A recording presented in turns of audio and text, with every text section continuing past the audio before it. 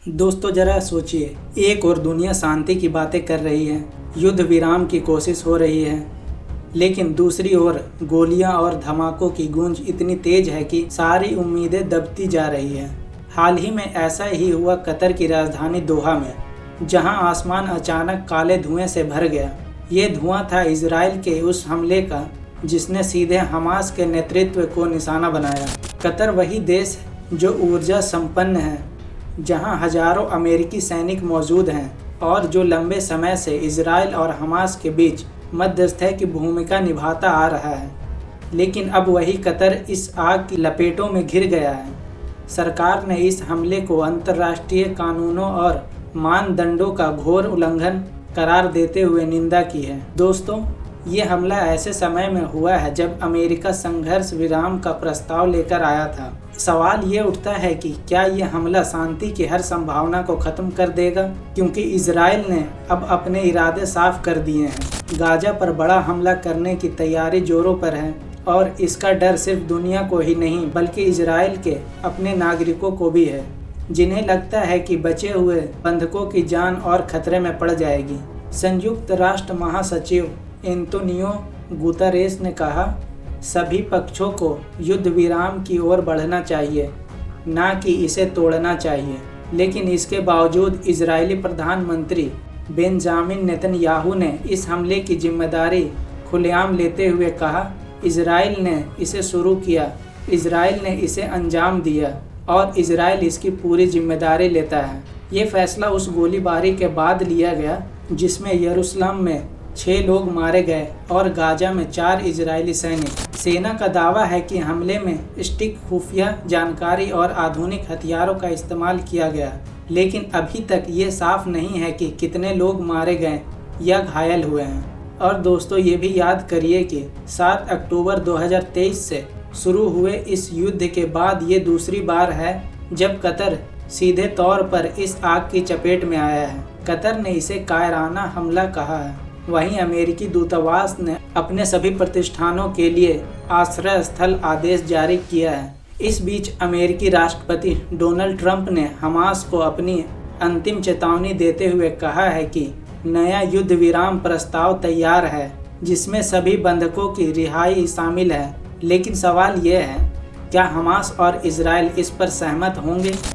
दूसरी तरफ Saudi crown Prince Mohammad बिन सलमान ने भी इस हमले को क्रिमिनल एक्ट करार दिया है और कतर के अमीर से फ़ोन पर बात की।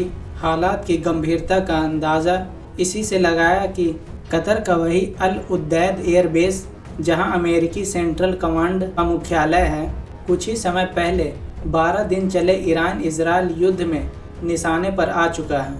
उस समय अमेरिकी बमवर्षकों ने सीधे ईरानी परमाणु ठिकानों को उड़ाया था। यानी दोस्तों, हालात बेहद पेचीदा हैं। गाजा, कतर, इजराइल और अमेरिका सब के बीच ये जंग अब सिर्फ एक इलाके तक सीमित नहीं है, बल्कि पूरे वेस्ट एशिया और दुनिया के लिए एक बड़ा खतरा बनती जा रही है। खाड़ी की शांति रेत और चमकते टावरों के बीच अचानक आसमान काला हो जाए और धुएं के बादल यह बता दें कि युद्ध अब सिर्फ गाजा या इजराइल की सीमा तक सीमित नहीं रहा, बल्कि सीधे कतर की सरजमीन को भी छू गया है। इजरायली सेना ने बिना किसी विस्तृत चर्चा के कहा कि इस बार उन्होंने सटीक गोला बारूद और पुख्ता खुफिया जानकारी का इस्तेमाल किया है। एक इजरायली अधिकारी ने भी गुप्त रूप से माना कि निशाना हमास का था। लेकिन सवाल यही है कि इस हमले की असली कीमत कौन चुका रहा है। अभी तक ये साफ नहीं हो पाया कि कोई हताहत हुआ है या नहीं।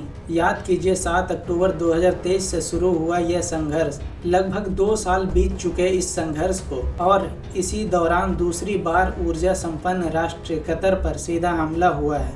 वही कतर जिसने हमेशा मध्यस्थता की भूमिका निभाई, आज खुद युद्ध की आग से अछूता नहीं रहा। दोहा में स्थित हमास के राजनीतिक मुख्यालय पर हुए इस हमले की कतर ने कड़ी निंदा की है। विदेश मंत्रालय के प्रवक्ता माजिद अल अंसारी ने इसे सभी राष्ट्रीय कानूनों और मानदंडों का घोर उल्लंघन करार दिया। कतर स्थित अमेरिकी दूतावास ने भी खतरे को भांपते हुए तुरंत अपने प्रतिष्ठानों के लिए आश्रय स्थल आदेश जारी कर दिए थे। लेकिन सबसे बड़ा सवाल यह है कि दुनिया की सबसे बड़ी ताकतें इस आग को कैसे देख रही है। अमेरिकी राष्ट्रपति डोनाल्ड ट्रंप ने साफ कहा है कि वह हमास को अंतिम चेतावनी दे रहे हैं। अमेरिका ने एक नया युद्ध विराम प्रस्ताव रखा है जिसमें अरब अधिकारियों के अनुसार सभी बंधकों की तत्काल रिहाई की शर्त शामिल है। दूसरी ओर सऊदी क्राउन प्रिंस मोहम्मद बिन सलमान ने कतर के अमीर से बात कर इस हमले को क्रिमिनल एक्ट और अंतर्राष्ट्रीय कानून का उल्लंघन बताया है। यानी अरब जगत में भी इस घटना ने भूचाल मचा दिया है। और फिर आता है कतर का वही विशाल अल उबैद एयरबेस, जिसे आप पश्चिमी एशिया में अमेरिकी ताकत का सबसे बड़ा गढ़ कह सकते हैं। यह वही बेस है जो 12 दिन तक चले ईरान इजराइल युद्ध में ईरानी हमलों की चपेट में आ चुका है। यही नहीं, यही वह जगह है जहां अमेरिकी सेना का सेंट्रल कमांडर स्थित है।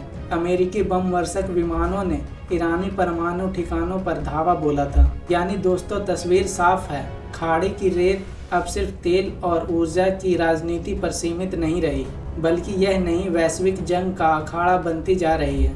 तो दोस्तों, कतर पर हुआ यह हमला हमें यह सोचने पर मजबूर कर देता है कि जब बड़े बड़े ताकतवर देश अपनी शक्ति दिखाने में लगे हैं तो उसकी अगली कीमत कौन चुका रहा है?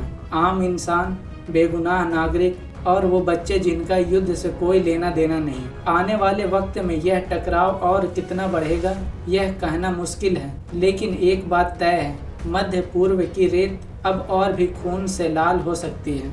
आपको क्या लगता है, क्या यह हमला आने वाले बड़े युद्ध का संकेत है या फिर दुनिया की ताकतें मिलकर इसे रोक पाएंगी? अपनी राय हमें कमेंट में ज़रूर बताइए। अगर आपको यह वीडियो पसंद आया हो तो इसे लाइक करें, अपने दोस्तों के साथ शेयर करें और हमारे चैनल को सब्सक्राइब करना बिल्कुल मत भूलिए।